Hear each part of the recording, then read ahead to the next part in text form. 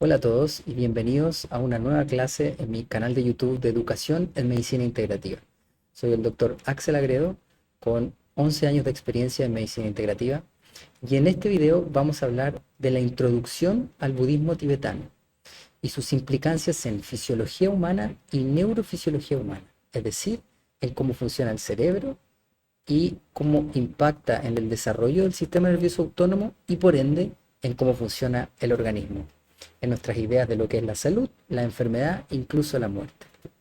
Este es un video para las personas que no conozcan nada de budismo o conozcan muy poco y se interesen. No es un video para expertos en budismo, pero es un inicio introductorio para que conozcamos un poco la historia, la cultura, la tradición y las distintas prácticas que esta religión o filosofía tiene. Ya lo vamos a ir viendo.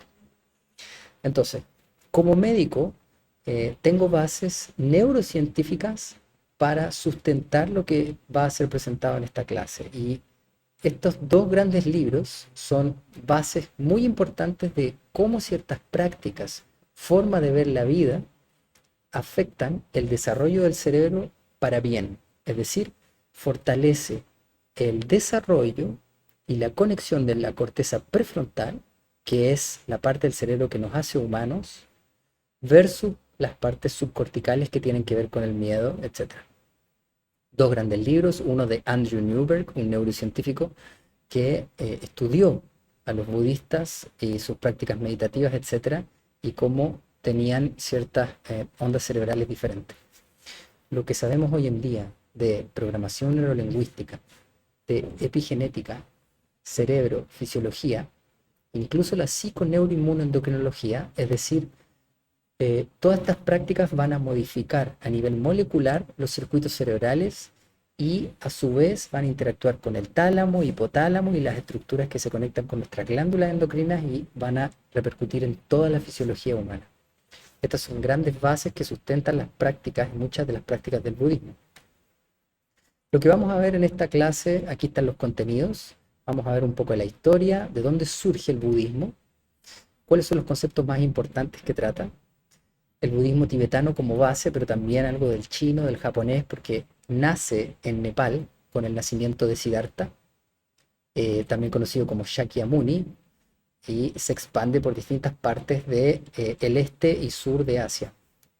Hay tres grandes escuelas, la escuela Theravada, Mahayana y Vajrayana. Vamos a ver qué son. Vamos a ver algunos de los budas más emblemáticos y qué son estos budas, qué tipo de personajes son y qué nos enseñan, qué nos transmiten. Shakyamuni o Siddhartha Gautama, Amitabha o Amitayus, que en Japón es Amida, Avalokiteshvara, el gran Buda de la compasión en el budismo Mahayana, Padmasambhava o Guru Rinpoche, son dos nombres para la misma figura. Vamos a ver las aportaciones de este último, también llamado segundo Buda, algunas prácticas de las 6 doctrinas de Naropa o los 6 yogas y cómo ellos tienen una implicancia tremenda en fisiología humana y por ende nos enseñan de que nuestro organismo está íntimamente vinculado con nuestra forma de pensar y nuestras prácticas diarias.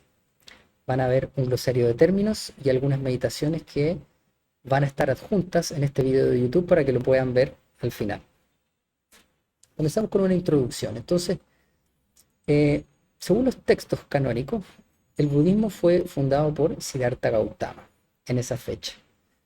Nació en el seno de una familia aristocrática, lo voy a repetir un poco más adelante, esta es la base del budismo, es Siddhartha Gautama, nace en el seno de una familia aristocrática, en las estribaciones himalayicas, en Nepal, y se convirtió al término de un largo camino espiritual en el Buda, que significa el despierto.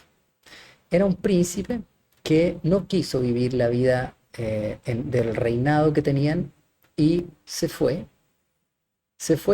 con un deseo, una intención, averiguar por qué el ser humano sufre y qué se puede hacer para aliviar este sufrimiento y ayudar al ser humano. Entonces, este núcleo teórico del budismo que emerge cuando Siddhartha tiene respuestas a través de sus meditaciones y peregrinajes, se concibe a sí mismo como el Buda, se despierta y empieza a enseñar a los demás. Ahí aparece primero el budismo Theravada, que es el budismo antiguo, de las primeras enseñanzas de Siddhartha, en los llamados sutras, que después evolucionó al budismo Mahayana, que es la segunda gran escuela. Bueno, el último texto, el budismo se difundió por la península de la India, posteriormente a través de las rutas marítimas y terrestres por Asia Central y el sudeste asiático.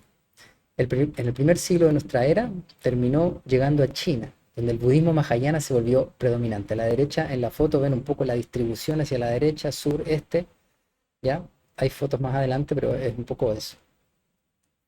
Entonces, hacia el año 560 a.C., nace Siddhartha Gautama. De hecho, los países donde el budismo Theravada es la religión oficial, eh, el calendario es diferente, comienzan a contar los años a partir del nacimiento de Siddhartha. Es decir, si estamos en el año 2026 ahora, en Tailandia, por ejemplo, es 2026 más 543. Era búdica el año, es decir, 2569. Ahí tenemos algunos hitos históricos que están descritos ahí, cómo se expande el budismo y las enseñanzas de Siddhartha, que había alcanzado el estado de budeidad, que es un estado que alcanzó, y se expandió por distintas partes de Asia, por las distintas regiones. Entonces Shakyamuni es otro nombre para Siddhartha. Shakyamuni significa el sabio de Shakya. Shakya era el linaje familiar de Siddhartha. Entonces Shakyamuni es otro nombre para este primer Buda. Siddhartha Gautama era su nombre. Y esta foto es del templo Wat Benchapmabofit de Bangkok, en Tailandia, en donde podemos encontrar el texto que está a la izquierda y que nos resume la historia del inicio del budismo. ¿Quién es Buda? Es el iluminado, es el padre del budismo. Sus enseñanzas nos liberan a los seres humanos de una vida de miseria. Su compasión ha traído paz y armonía al mundo. Entonces, Buda nació como un príncipe llamado Siddhartha, lo que comentábamos anteriormente. Los invito a pausar el video y que puedan leer tranquilamente ese texto que se encuentra en ese templo y en donde en estos lugares, sobre todo en Bangkok, hay cientos de templos dedicados al budismo. El 95% de la población ahí es budista hoy en día, budista Theravada, de la primera escuela, ya vamos a hablar qué significa eso. Y los invito entonces a pausar el video para que lo lean con calma, porque ahí tenemos un resumen de qué es la iluminación, qué le ocurrió a Siddhartha y en qué concluyó, cuáles son las enseñanzas que comenzó a impartir. Lo vemos a la derecha. Tiene que ver con las buenas acciones, con caminos para eliminar los desapegos, etc. Y cuando vamos a la parte práctica de eso, vamos a ver las implicancias que tiene en el desarrollo de un cerebro bondadoso o cerebro que podemos llamar de forma caricaturesca iluminado. Este es un lugar que se llama Putta Uttayan Mahapuja Anusor en Tailandia, en el noreste de Tailandia. Es un parque que conmemora el Jayanti, Buddha Jayanti. El Buddha Jayanti es una festividad, una conmemoración al nacimiento, la iluminación y el fallecimiento de Siddhartha Gautama. Y en ese lugar está la estatua de Siddhartha en una posición iluminada, ¿cierto? Porque alcanzó esta verdad y esta sabiduría tan grande que al mismo tiempo lo libera de los apegos y lo hace alcanzar un estado de dicha y de gozo muy grande. Este parque conmemora ese evento junto con sus 1250 arhat o discípulos iluminados, a quienes les enseñó Siddhartha, el Buda. Es un parque que conmemora esto y es un patrimonio cultural mundial. Esa foto la tomé yo porque yo visité ese lugar. Bien, lamento el francés en esta página, pero aquí tenemos una descripción de las tres grandes escuelas de budismo. Está la escuela Theravada, escuela Mahayana y escuela Vajrayana, como pueden ver los números en rojo en la revista. La primera grande escuela es la escuela Theravada, que nace como la doctrina de los ancianos o de los antiguos. Es la primera escuela que se funda con las enseñanzas de Siddhartha. y tiene tres grandes bases. Los sutras, que son las enseñanzas que transmitió Buda a sus discípulos, el Dharma, el Abhidharma, que son las enseñanzas, y el Vinaya, que son las reglas de la tradición monástica, es decir, las personas que viven una vida monástica en monasterios, alejados de la sociedad normal, dedicándose a meditar y a practicar estas enseñanzas budistas. La segunda escuela, perdón, antes de la segunda escuela, en esta primera escuela entonces lo que se busca es alcanzar la iluminación.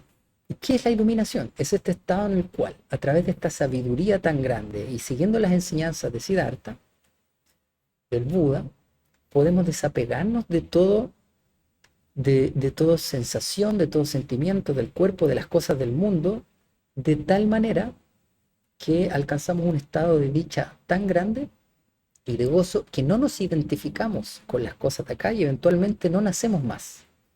¿Ya? Eso se llama nirvana. Entonces me iluminé, ya no nazco más porque no necesito nacer porque no tengo nada más que aprender. Eso es un poco lo que decía la escuela Theravada. Y busca alcanzar la iluminación, en este caso personal. Lo que se contrapone con el nacimiento de la segunda escuela, que es la escuela Mahayana, también llamada gran vehículo, es lo que significa Mahayana. La escuela Mahayana nace, y lo voy a mostrar más adelante, con un Buda que es icónico en este, que es Avalokiteshvara.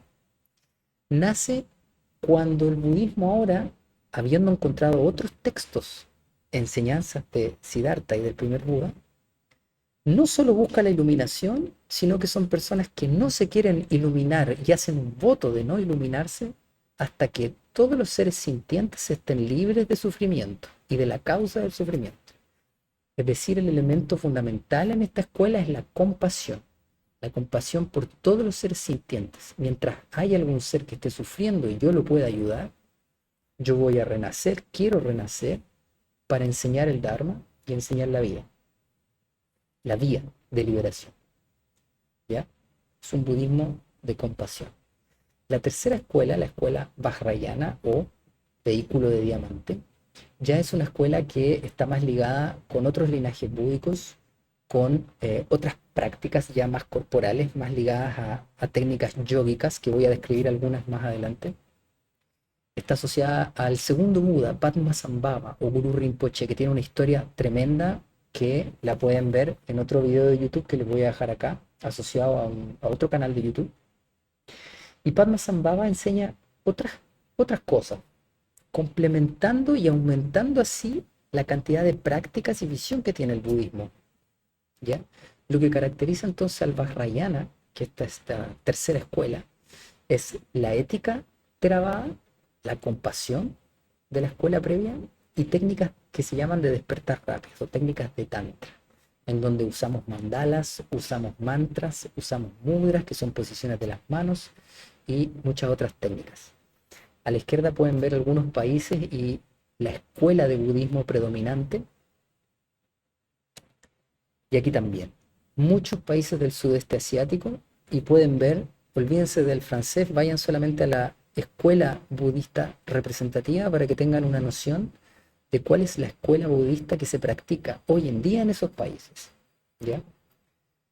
Entonces, así por ejemplo en Tailandia la escuela que se practica es Theravada, ellos no están tan familiarizados con la escuela Vajrayana, que sí se puede practicar por ejemplo en el Tíbet o el budismo tibetano. Entonces van teniendo algunas diferencias, pero de alguna forma se complementan. Algunos conceptos que emergen y nacen de las enseñanzas y las prácticas del budismo. Shakyamuni en un comienzo describió en sus enseñanzas las 4 nobles verdades. ¿Ya? Esto es una gran base del budismo. La verdad del sufrimiento, la verdad de la causa del sufrimiento, es decir, el sufrimiento tiene una causa. El sufrimiento también se puede acabar, la verdad del cese del sufrimiento, y la verdad de que hay un camino que conduce al fin del sufrimiento. Y ese camino también lo describió en detalle el budismo Theravada, se llama el octuple sendero, ¿ya? Que aquí está desglosado en 3 grandes ramas: la sabiduría, la conducta ética y el entrenamiento mental. Tiene que ver con perfeccionar y mejorar siempre mi habla, el discurso, lo que digo, lo que enseño, mi mente, lo que pienso, cultivar pensamientos positivos, etcétera, y los actos, el esfuerzo, la generosidad que estoy haciendo en la vida. Todo enfatizado a la bondad y a la compasión. ¿Ya? La compasión es un elemento clave en el budismo, es decir, eh, donde yo pueda aliviar el sufrimiento personal y de todos los seres sintientes. ¿Ya? Hay otros conceptos como los 5 skandhas, que son 5 agregados que tienen que ver con la relación de nosotros y el mundo. Los voy a describir más adelante. Los 6 paramitas o 6 virtudes que nos ayudan también a conducir esa vía del bien, la voy a describir más adelante. El samsara, que es el ciclo de existencias condicionadas, es decir, yo nazco y muero, y así constantemente, sin haber realmente aprendizaje. ¿Ya? La reencarnación es un elemento fundamental en el budismo, existe, y hay una unión vida tras vida según los actos cometidos, acto de palabra, acto de mente y acto corporal. Y el concepto de nirvana, ¿no es cierto?, que es lo que alcanzó Shakyamuni, esta liberación de todos los apegos, de la relación que tenemos con el mundo a través de los 5 skandhas, de tal manera que me libero, me convierto en pura luz y no hay más nacimiento. Eh, Literatura, libro que recomiendo, lo leí yo, muy bueno, Glenn Mullin, es un autor, traductor, tibetólogo, estudió mucho el budismo tibetano, tiene muchas prácticas, habló con lamas, eh, y sobre todo tiene prácticas de longevidad y una práctica del yoga de la transferencia de la conciencia.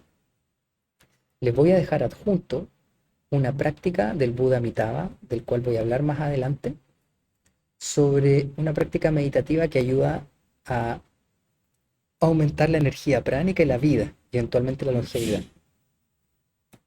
Está demostrado que esas prácticas aumentan el flujo sanguíneo a la glándula pineal. Este es otro gran libro sobre prácticas más asidas que se los puedo dejar, es más complejo, es para personas que ya tengan un conocimiento más global del budismo, los personajes importantes, la historia, la tradición. Y da prácticas, y eso es lo importante. Y la estructura de las prácticas, hay un rezo apropiado, yo tomo refugio en el Buda, en la comunidad de los discípulos que se llama Sangha, y en las enseñanzas. Y después se hacen ciertos rezos específicos, etcétera. Entonces ahí pueden pausar el video, pueden ver la descripción de ese libro. Es un gran libro para empezar a ver las prácticas. En la medida que repetimos las oraciones y los votos que ellos tienen, nos damos cuenta de lo poderoso que es el budismo para la compasión y por ende para el cerebro. Ya lo vamos a ver. Bien, sobre el budismo Mahayana, la segunda escuela, donde enfatizamos la compasión por todos los seres sintientes. Entonces, es una escuela que nace un poco en contraposición a la escuela Theravada antigua. Hay un libro que se llama El Sutra del Corazón, donde hay enseñanzas de el Buda Avalokiteshvara y la compasión por todos los seres sintientes. Se los recomiendo y se los dejo acá para ampliar los conocimientos del budismo. Aparece la doctrina Trikaya, es decir, los 3 cuerpos. Los 3 cuerpos del Buda. No soy solo este cuerpo, hay otro cuerpo también que es puro gozo y tiene otra forma, y podemos entenderlo un poco como los sueños. Cuando nosotros soñamos y vemos a las personas en los sueños, esa característica media holográfica, así podemos un poco asimilar cómo sería este segundo cuerpo de gozo o Sambhogakaya. Y hay un otro cuerpo, que es el cuerpo de verdad, que es un estado abstracto, indescriptible, sin forma, más allá del tiempo y del espacio, que es pura luz. Pero luz que no se ve con los ojos porque está fuera de los sentidos. ¿Ya? Aparece un concepto que solo se puede comprender cuando se estudian los skandhas, que son estos atributos que tenemos los humanos para relacionarlos con el mundo.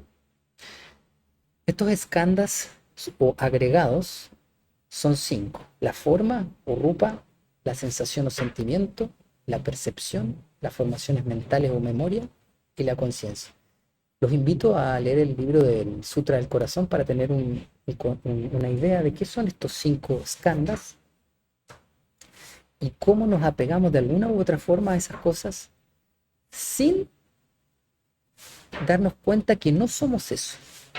Por ejemplo, y un gran ejemplo para entenderlo. Yo me llamo Axel, pero no soy mi nombre. Este es mi cuerpo, pero yo no soy mi cuerpo. Yo hablo utilizando un cerebro, pero yo no soy mi cerebro. Digamos, si estoy en coma, sigo estando vivo, ¿verdad? Si me cortan los 2 brazos, las 2 piernas, sigo estando vivo. El Axel sigue estando ahí. Si me cambio el nombre, de alguna forma, mi cuerpo sigue siendo el mismo.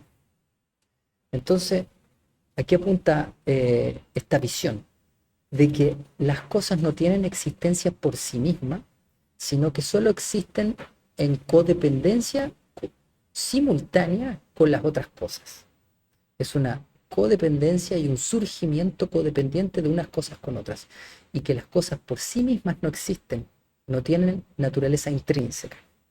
Yo, en tanto Axel, este cuerpo no tengo naturaleza intrínseca, es un conglomerado de cosas que puedo percibir y hacerme la idea de que hay un yo. Pero cuando se estudia en detalle, y solo cuando se estudia en detalle, nos damos cuenta de que eso es ilusorio. Y ese análisis nos permite liberarnos de estos escándalos y darnos cuenta que la única verdad es el vacío. Bueno, es un concepto muy fuerte, inicialmente ese vacío, también llamado sunyata, que lo pueden ver inicialmente en el Sutra del Corazón, que los invito a analizar, a leer, a los que les interese el budismo. Entonces el Buda enseñó que la principal causa del sufrimiento es que nos apegamos y nos identificamos con estos 5 agregados de alguna u otra forma. Por ejemplo, la memoria que yo tengo de mi infancia es solo memoria, pero yo no soy mi memoria. ¿Ya? La forma de este cuerpo es solo la forma de mi cuerpo, pero yo no soy eso. Incluso la misma conciencia, yo tampoco soy mi conciencia. Entonces en ese análisis nos damos cuenta que no hay nada, pero ese nada es a la vez gozo y vacío. Lo vamos a ver más adelante. Con respecto a otros conceptos importantes, se habla de las 6 perfecciones o las 6 paramitas, que son virtudes o nobles virtudes. 6 paramitas. Hay libros enteros de las 6 paramitas. Es un camino budista para el bien y cultivar este cerebro bondadoso y la compasión. Entonces, generosidad, ética, es decir, encontrar la mejor conducta y respuesta de acuerdo a mi circunstancia personal. Paciencia, perseverancia, meditación, sabiduría. ¿Ya? A grosso modo. Hay libros enteros de esto, pero es un camino, se los cuento. Muy bueno para encauzar el desarrollo de un cerebro bondadoso. Enfocarse en esas cosas. Avalokiteshvara es un Buda, ¿ya? Otro personaje que alcanzó este estado de budeidad y por ende salió del samsara y los ciclos de condicionamiento y desarrolló una compasión por los seres sintientes muy, muy, muy grande. Está asociado al budismo mahayana, se lo representa de esa forma, con 1000 brazos, 11 cabezas y en otras representaciones cada mano tiene ojos. Supuestamente son muchas las formas que tiene de ayudar a los seres humanos. ¿Sí? Simboliza la compasión extrema. ¿Ya? Esta es una representación que encontramos en museos de Asia. Esto, en un museo de París está representado Avalokiteshvara, un ícono en el budismo mahayana en muchísimos países. Este es otro gran libro que se los recomiendo. No lo encontré en PDF, pero si lo pudiesen encontrar y comprar, es muy simple para entender las cosas básicas del budismo, su historia y algunas prácticas. El Sutra del Corazón, se los mencioné inicialmente, gran libro sobre Avalokiteshvara, sobre los skandhas, sobre el vacío, un poco la filosofía budista de la escuela mahayana. ¿Ya? Filosofía, pero estudiar estas cosas ayuda a encauzar el cerebro a un estado bondadoso. Se usan muchos mantras, sobre todo en la tercera escuela llamada Vajrayana. Y estos mantras tienen sílabas, el Om, el A, el Hum. Estas sílabas son en sánscrito y son en tibetano. Se les llama también sílabas semilla porque tienen símbolos muy profundos. A la derecha les muestro las tres más importantes, el Om, el Ha y el Hum, y lo que significa cada una de esas sílabas.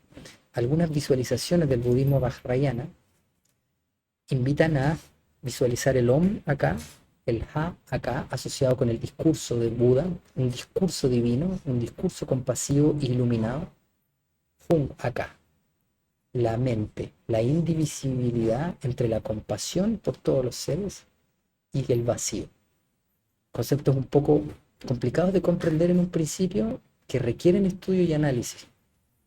Si no, difícil, incluso pueden producir rechazo en un inicio si no se estudia. Se los invito a los interesados a estudiarlo. Otro gran libro, se los recomiendo, que sí tiene prácticas, sobre todo a través de ciertas meditaciones, nos invita a hacer una conexión entre el mundo que tenemos de los sueños y el mundo de la vigilia. Se llama Dreaming Yourself Awake o sobre soñar despierto, en base a las enseñanzas del segundo Buda, Buda Padmasambhava o Guru Rinpoche, que dejó muchas enseñanzas en lo que es el budismo vajrayana con técnicas y prácticas para desprenderse de estos apegos y aferramientos que tiene el cuerpo-mente humano con el mundo, de tal forma de alcanzar estados de gozos y dicha e iluminación. No es dejar de vivir la vida, sino que vivirla con un cierto desapego, desarraigo, natural. Bien, siguiendo un poco algunas de las enseñanzas que Guru Rinpoche o Padmasambhava dejó con respecto al sueño despierto. Todos los fenómenos son inexistentes, sin embargo parecen existir y se establecen como cosas diversas. Todos los fenómenos son inexistentes en el hecho que les comenté previamente. No hay existencia intrínseca de las cosas, solo hay codependencia. Y solo son captados por nuestros agregados o cinco skandhas y nosotros no somos eso. ¿Ya? O sea, mientras más vamos en lo profundo de esto y lo hacemos lentamente leyendo un libro, entendiendo los conceptos, nos vamos dando cuenta de la veracidad de estas cosas. Aquello que es impermanente se aprende como permanente y aquello que no existe verdaderamente se aprende como verdaderamente existente. Pónganle pausa y reflexionemos un poco sobre esta frase. Estas cosas son las que generan apego y eventualmente se asocia a eso miedo, rabia, angustia, etc. Una de las prácticas para soñar despierto es la última frase. Practicar el estado de sueño en el día, haciendo como si lo que estamos haciendo en el día a día fuese un sueño. Y también hay meditaciones sobre los sueños que hemos tenido en la noche. Cuando empezamos a trabajar de esa forma, se empieza a producir una mezcla de estos dos y podemos empezar a soñar despierto. Para los que les interese, los invito a leer ese libro, ¿ya? Porque esta es una clase solamente introductoria. Bien, con respecto al budismo vajrayana, tercera escuela, aparece otra gran figura, Vajrasattva. El Buda, también llamado de la purificación del karma, tiene una práctica que está en ese libro, yo se los adjunto, se llama el mantra de las 100 sílabas. Tremenda práctica en donde visualizamos este Buda y su mantra de las 100 sílabas saliendo de nuestro corazón y podemos cantar ese mantra y nos ayuda a limpiar karma, que sería a limpiar estos apegos de esta vida o de otras vidas. Insisto, habría que leer el libro y profundizar un poco más, porque claro, es difícil comenzar a visualizar un personaje que en un inicio no tiene ninguna conexión conmigo. Solo para los interesados, los invito a investigar el libro.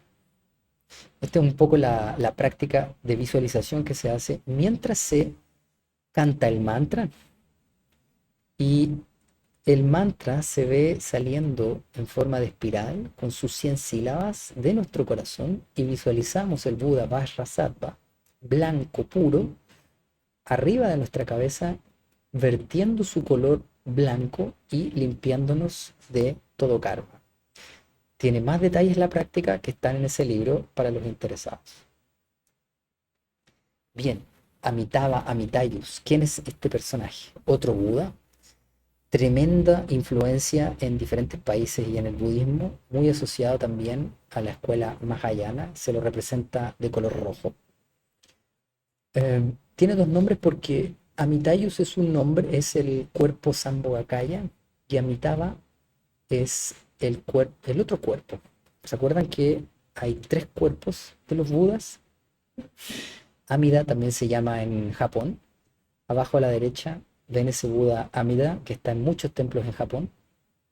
Y este Buda Amitayus tiene un elixir que contiene un néctar de la inmortalidad en sus manos.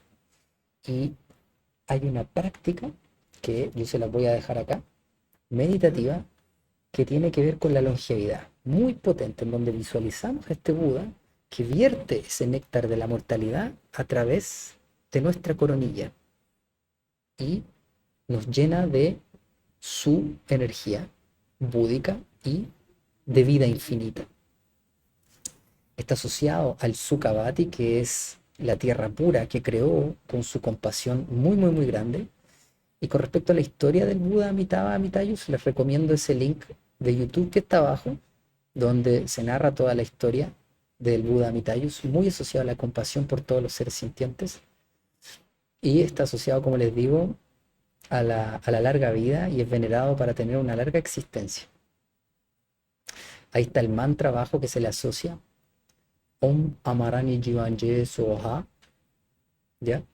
Y creó este universo que garantiza la iluminación de todos los seres, que es esta tierra pura o Sukhavati. Los invito a ver su historia en ese link para, para acercarnos a este Buda y también poder utilizar sus técnicas tremendamente poderosas en el cerebro y en la fisiología humana. Entonces, la práctica, visualizamos a este Buda acá arriba, virtiendo este néctar Amrita en nuestro cuerpo y otorgándonos esta vida infinita. Es muy detallado y profundizada la práctica, que obviamente se la voy a dejar en el PDF, está en el libro de Glenn Mullin y les puede servir mucho. Aquí está un poco la descripción, pero los invito a ver el PDF. Otro libro sobre los 6 yogas de Naropa. Estas son ya doctrinas secretas del yoga tibetano, es decir, en el Tíbet, donde existía el budismo, se mezcló con prácticas yógicas, ¿ya? Aquí les dejo un pantallazo, una captura del índice, de una parte del índice del libro y de los 6 yogas que voy a describir más adelante sobre prácticas corporales y energéticas para la iluminación. Es decir, estoy usando la energía del cuerpo que viene de la base de la columna para subir esta energía al cerebro y alcanzar estos estados de dicha y gozo. Además de que tiene otros efectos en el organismo per se, que los voy a describir ahora. Está la práctica Tumo, que tiene que ver con la temperatura corporal. Se hacen visualizaciones con esa imagen Vajra Yogini. Hay que investigar qué significa cada símbolo para darle un sentido a esta práctica, pero finalmente se activa el canal central, que es el que se ve en la imagen abajo a la derecha, donde se sube esa energía y eventualmente empieza a activar a nivel del corazón calor y produce calor.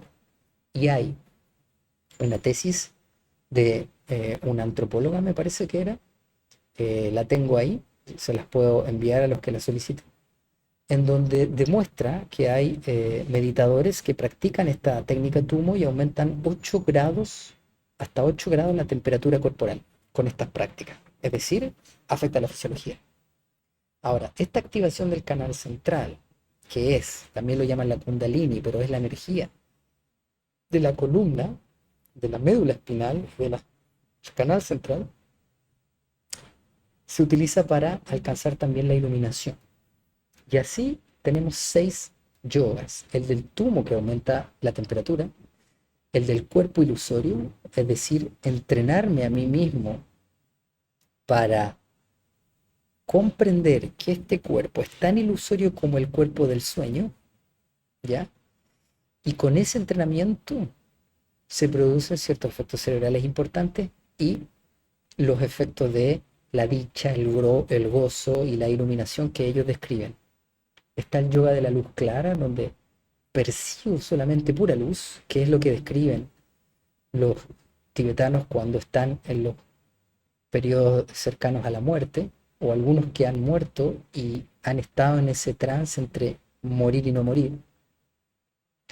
Incluso el yoga de la transferencia de la conciencia, en donde se haría una reencarnación despierta. Que los tibetanos lo que hacen es, a través de activar estos canales y esta energía, están despiertos en el sueño y en la vigilia y en la muerte y en el renacimiento. Entonces, activando esta energía en el cerebro se permanece despierto, que esa es la palabra que alude al Buda. Abajo les dejo un artículo muy importante sobre un caso eh, de un monje tibetano llamado Tenga Rinpoche, que alcanza esta fase de Tukdam, que es una técnica en donde